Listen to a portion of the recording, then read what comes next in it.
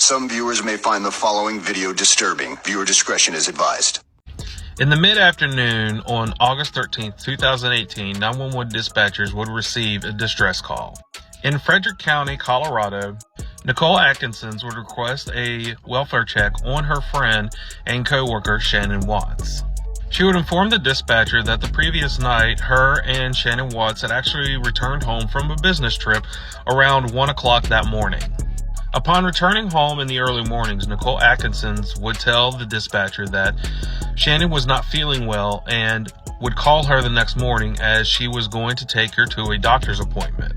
And after not responding to several text messages, she would begin calling to no avail. Nicole Atkinson would say after getting no response from the cell phone, she would actually walk over to the home of the Watts family and would notice that there was things that were very strange within the home. She would begin knocking on the door, ringing the bell, and would not get any answers, not just from Shannon, but also her two small daughters, Bella and Celeste Watts. She would then walk over to the garage to check in and would notice that Shannon's Lexus was still parked in there. And considering that Nicole Atkinson was the person that had seen Shannon Watts walking into her home that morning around 1:30, they would forward the dispatch to a police officer. Officer Scott Coonrod would actually receive the call and go over to the Watts family home where Nicole Atkinson would meet him. And Nicole Atkinson would tell Scott the same story that she had told 911 dispatcher. She would say, however, before calling 911, she did try reaching out to Shannon's husband, Chris Watts. And surprisingly to Nicole Atkinson, Chris Watts would have no dire urgency to find out what was going on with Shannon.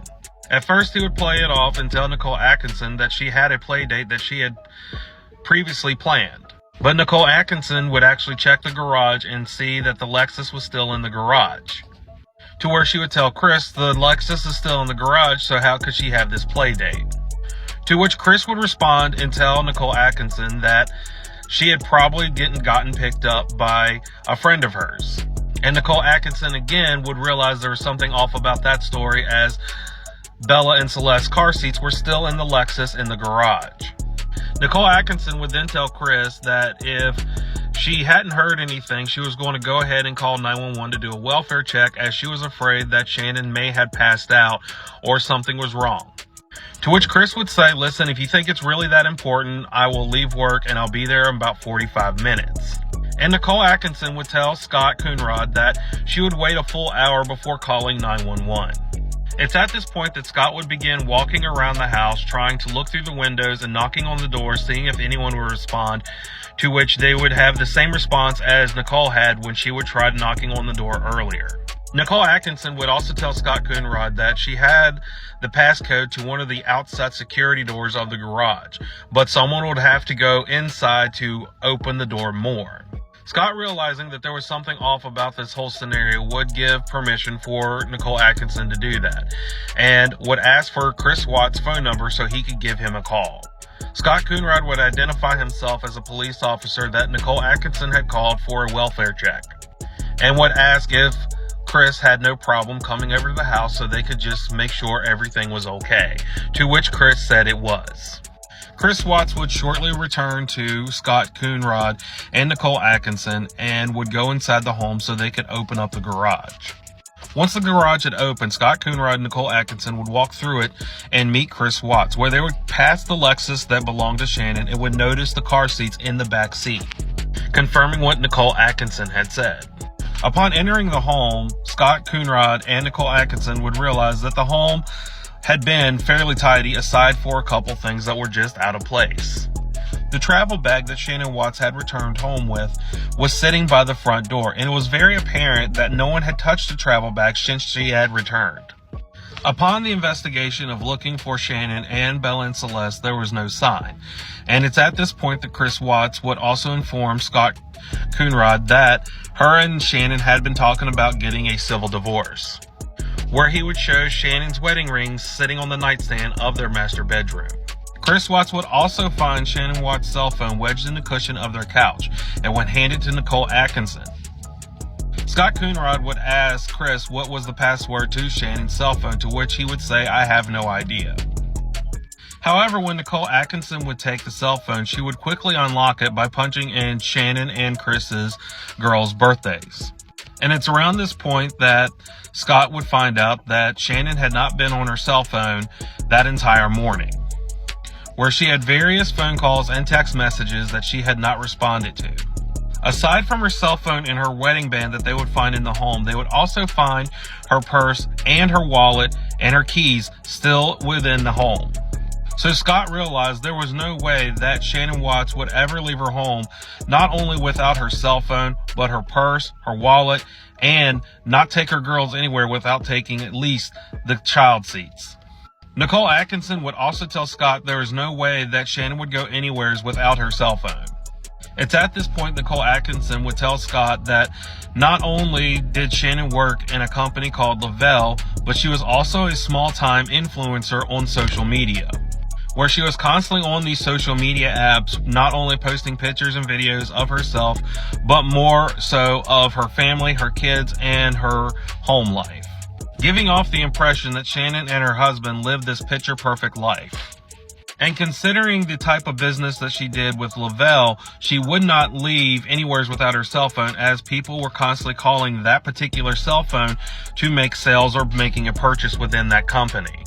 In fact, to be precise, the actual Lexus that was hers that she had in her garage, she had actually won as a gift for selling a certain amount of products within that company. So considering the fact that Shannon was not only a small-time influencer, but had a job that revolved around her cell phone, there's no way that she would leave anywhere without her cell phone. Where Nicole Atkinson would even tell police that even on her days off, if someone called about a sale, she would quickly go into job mode and try to make the sale, as she took a lot of pride in her job with Lavelle. Scott Coonrod would look around the cul-de-sac and notice that there was a particular neighbor that had a lot of CVC cameras. And that neighbor would of course be Nathaniel Trinastitch. And when they would knock on his door and ask if they could talk to him about some things they had questions about, he would let the cops come in. When they informed him that they were looking for Shannon Watts, he would also inform the police that he had CVC cameras or security cameras around his home that lined up with the Chris Watts family home, and he could actually show them on his television what went down that following morning so that they could try to fit the pieces together and find out where Shannon was. So Nathaniel would play the security footage while Chris, Nicole, and Scott would all stand around and watch what happened that following morning. And in the video footage, you can see Chris backing up his truck to the garage, where he would walk out of his truck and go into the garage for a matter of minutes. During this, Chris Watts could be seen pacing back and forth, rubbing his hand through his head, and it could be easily misconstrued that he seemed like a concerned person not able to find his wife or his children.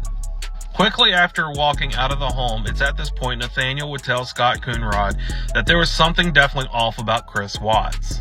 Scott would try to tell Nathaniel that maybe he's just concerned about his wife's well-being, and it's at this point Nathaniel would point out that the way he was acting like he was nervous and on the verge of having a panic attack is not what someone would act like if they were concerned about their wife's well-being. Nathaniel would tell Scott Coonrod that he sees this guy every single day, and not once has he ever pulled his truck up to the garage.